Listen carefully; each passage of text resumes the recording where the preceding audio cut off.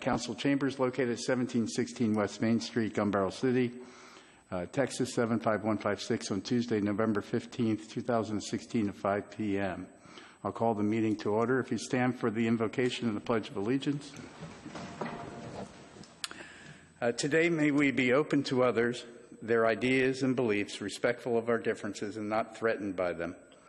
May we grow together in understanding our motives, knowing that people often act out of their own fears.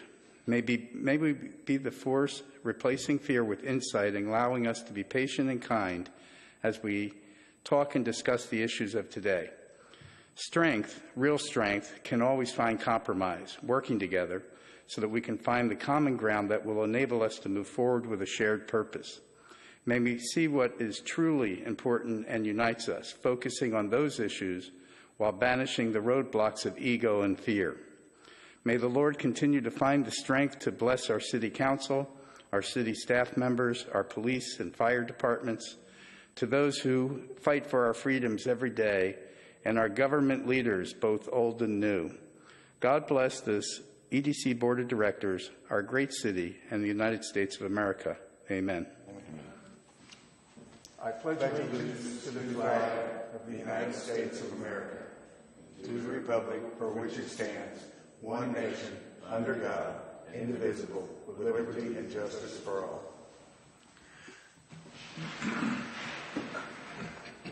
From my left. Osborne here. Lindemann here. Here. Slingman here. Butler here. Whitten here. And we have a quorum. First item on our agenda is the citizens' presentations. This item provides the opportunity for citizens to address the EDC Board of Directors on any matter, whether or not it's posted on the agenda. However, in accordance with the Texas Open Meetings Act, Section 551.041, the EDC Board of Directors cannot discuss, deliberate, or take action on matters not listed on the agenda. At this time, the Board will receive citizen comments and, if necessary, may refer the matter to the EDC staff for research, resolution, or referral to the EDC Board on a future agenda. I'm unaware of anyone that wants to speak this evening, so we'll continue on to item number 1. Item number 1, discuss and or take action to approve the EDC meeting minutes of October 11, 2016 and October 18, 2016. I make a motion we approve the EDC minutes for October 11th, 2016 and October 18th, 2016. Second. Have a motion and a second. Any discussion on the minutes? Voting from my left. Osborne, yes. Lindemann, yes. Sorry. Ray absent. Schiff, yes. Slingman, yes. Butler, yes. Whitten, yes. Motion passes. Item number 2, discuss or take action to approve the September 2016 and October 2016 Gun Barrel City Economic Development Corporation month-end financial reports. Holland?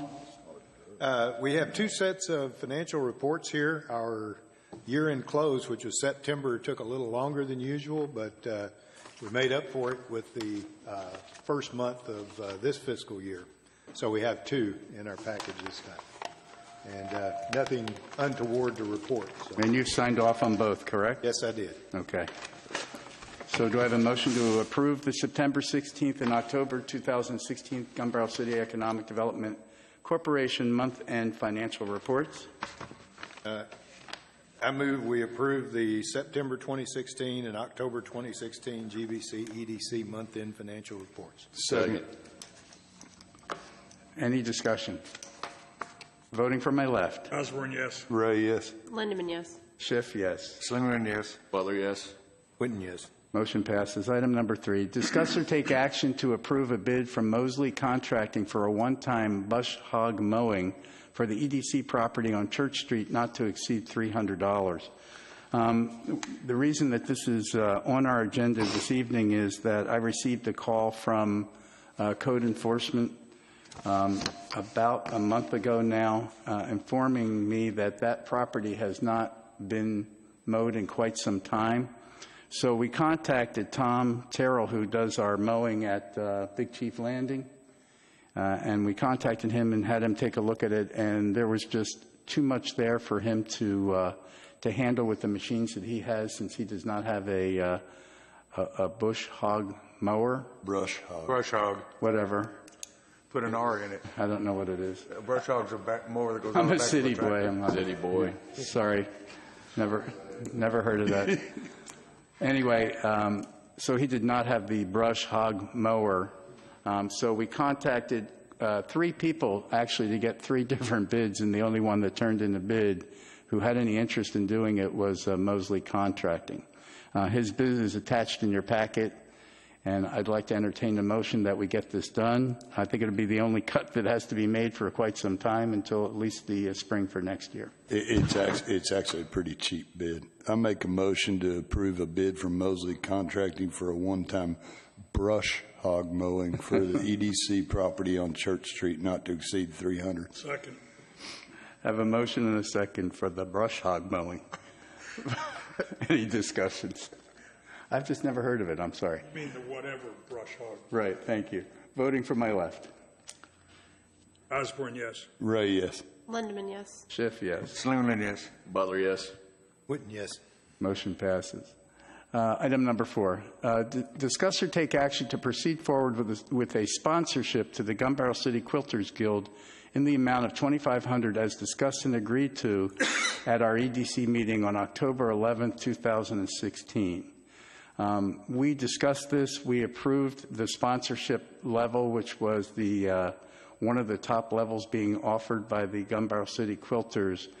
At that particular meeting, after we approved it, this also went in front of City Council, and City Council decided to support the funding of the event center costs at $4,500 as part of their support of bringing the Gun Barrel City Quilters Guild back to Gun Barrel City for the long term. So in the essence of transparency, I just wanted to make sure, and the reason this is on the agenda is I just wanted to make sure that we were still on an agreement to support this sponsorship of $2,500 that we discussed and agreed upon at our meeting on October the 11th. I make a motion to proceed forward with the sponsorship to the GBC Quilters Guild in the amount of $2,500 as discussed and agreed upon. Second. I have a motion and a second. Any discussion? It's a 25-year, 400 to 600 person event. Right. I don't think the money could be spent any better. I would tend to agree. Any other discussion? Voting from my left? Osborne, yes. Ray, yes. Lindemann, yes. Schiff, yes. Slinglin, yes. Butler, yes. Witten, yes. Motion passes. Item number 5, discuss or take action to approve a facade improvement program grant to Swag Hairstyles in the amount not to exceed $5,000 pending all finer paperwork is submitted and verified before sending it to City Council for final approval. Jim? The paperwork has all been verified. Everything's in order. We have all the documents. So I make a motion that we approve a facade improvement program grant for Swag Hairstyles in the amount not to exceed $5,000 and submit it to the City Council for final approval. Second. Motion and a second. Any discussion? Voting from my left. Osborne, yes. Ray, yes. Lindemann, yes. Schiff, yes. Slinglin, yes. Butler, yes. Witten, yes. Motion passes. Item number 6, discuss and or take action to approve an invoice from the city of Gun Barrel for the general liability and E&O, and I'll explain that in a second, insurance for 2016-17, the amount of $1,273. To explain this in a little bit of detail for the board, we have general liability insurance that covers our EDC properties that's provided to us from the Texas Municipal League. The city also has their insurance run through the Texas Municipal League. E&O is errors and admissions. That's also part of this insurance plan. I went and spent an enormous amount of time trying to figure out the difference between what was paid last year and what was paid this year. Our increase to the EDC this year is 58% versus last year. And it basically has to do with the skate park and also has to do with a portion of it being covered for Big Chief Landing, which caused the increase to happen. I also went and spoke to the city and asked them if they had any type of increase in general liability and EEO as well for the same time period, and the city's increase was around 21%. So I think what's going to happen as we turn the skate park over to the city in the next couple of months, once we get the ADA compliancy completed, I think what we'll see is a reduction in our insurance coverage for next year, unless we go out and do something extraordinary right now. But I think we're going to see a decrease. I was just quite surprised and shocked when I looked at the bill for $1,273 and found that we had a 58% increase, until I called Texas Municipal League myself and had a conversation with them to completely understand exactly why the insurance was a bit higher than it was last year.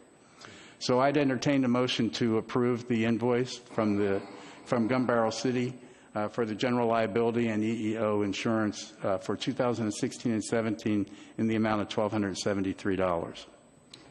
I'll make a motion to approve an invoice from the city for general liability, errors, and omissions insurance for 2016-17 in the amount of $1,273. Second. I have a motion and a second. Any discussion? I'd just like to say that when we gift it to the city, that will actually be prorated, so we may very well get a refund check. Okay. Good to know. Any other discussion? Voting from my left. Osborne, yes. Ray, yes. Lindeman, yes. Schiff, yes. Summerlin, yes. Butler, yes. Whitten, yes. Motion approved. Item number 7, discuss or take action to approve an expenditure of $1,194 for the annual use of the AV capture system for the recording of EDC regular and special meetings. This is a 50% charge of the total that the city is charged for the use of the AV capture system, which is basically the recording device that's used to record our meetings, put them on the web, on our web page, and it's basically 1/2 of what the city is charged. So, If I may, Mr. President? Yep. I'd like to move that we pay this amount, but that we inform the city that after this fiscal year, we'll no longer pay for or use AV capture software. The software itself is what this is for. It's just a software maintenance fee. They don't do any maintenance on any of the equipment that's here in this room. And I have some further points to make, but, Go ahead. but I want to see if we have a second You want to this to- before we discuss okay, it. so make your motion again. I'm sorry. Okay, it's that we pay this, but that we inform the city that after this fiscal year, we won't pay for it anymore. Okay, so you're making a motion to approve the $1,194 for this year only. Right. Yeah. Okay, we have a motion. Second? Second. Motion and a second. Go ahead, Holland. Discussion? If I could, the reasoning behind this is that from everything that I've heard about this software is we're not this vendor hasn't been very supportive as far as supporting the equipment we have here and so forth. So we're paying this basically $2,400 a year charge just for the software license. That's Okay. all we're getting for this. This software could easily be replaced with effectively free software, open source software like YouTube for video, for maintaining videos and distributing them, and software, web-based software for capturing the minutes. In other words, connecting the minutes to a time mark Stamp. on the video. And we can do that without impacting the city's ability to use the existing software. So if they want to continue to use it, what we did wouldn't affect what they're doing. So, they have the option of continuing to use the software as they want. If we were to use some of the free services, would that leave us in a position of liability for Freedom of Information Act should they lose the minutes? I mean, at this point, the EDC has made a decision to use video minutes in lieu of written minutes. Right. As far as verbatim Right. minutes. Yep. Is there a risk on our part of using free providers versus what AV Capture does, which is actually guarantee the integrity of the video. I don't see any additional liability. We'd replace all the facilities that they have, recording, document integration, and on-demand viewing. Those would all be available to to us to use to capture the video and for the citizens to use to view the videos. I don't think it's a secret. I'm technologically retarded here, but my problem is the archiving of it, because we're required by law to have it for a certain period of time. Right. I was going to ask the same question. So would it be, in other words, right now, if you go to EDC or gbcedc.com and you go to our webpage, Right. and you pull up where it says agendas and minutes, or I forget exactly what it says, but if you pull that up right now, it takes us to a link that takes us to AV Capture. Right. So would there be a link that would link this to YouTube or whoever else we're going to be using for that time? Yes, it would work exactly the same way. Okay, so there's no disruption in the ability to take what we're discussing right now in a video way and tie it back to our website so that the average citizen can go there and just look it up, or the next day I can look up that I didn't know what a brush hog was. Right. It would work just exactly the way it works today. And I think to your point, Rob, we can have a copy of these videos on our own site so that we're not, if they decided for some reason not to maintain videos after a certain point, we could still have our copy. That's more my point than what Stephen was talking about. Mine was that AV Capture as a company guarantees the archiving of it. Right. Where would our, if we were to use YouTube, where would our protection come from? Because we're required by law to keep a certain amount of years in an archive for Freedom of Information Act. And I don't see Facebook or YouTube giving us any kind of guarantees. They would be, you can maintain a copy of these. You can download copies of these. It doesn't have to be YouTube. There are a slew of people that do Yeah, but I this. mean, a free company is not going to sign an agreement that says that they're responsible for archiving it. Yeah, the point is we can have our own copy maintained, for example, on our website. So we can have our own archive, is what you're saying. Right.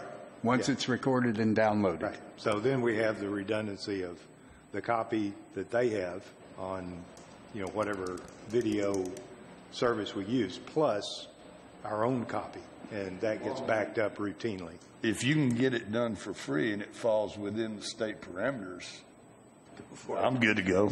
Well, free, there was one last point that I didn't make, and that is that this is a great project for an intern program, and I think it would pay back within a year.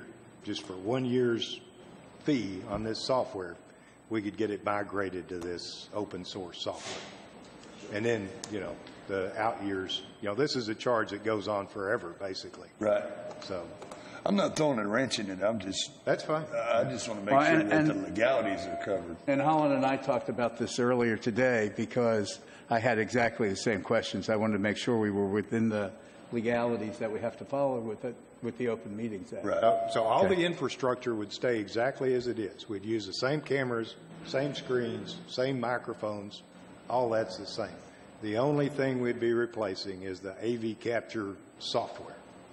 So it's a pretty straightforward change. And right now we have a year to test to figure it out. Yeah. Okay. Okay. Right. Yep. We have a year to do it. If we have the intern program again next year, we can mirror a bunch of meetings during the summer. Right.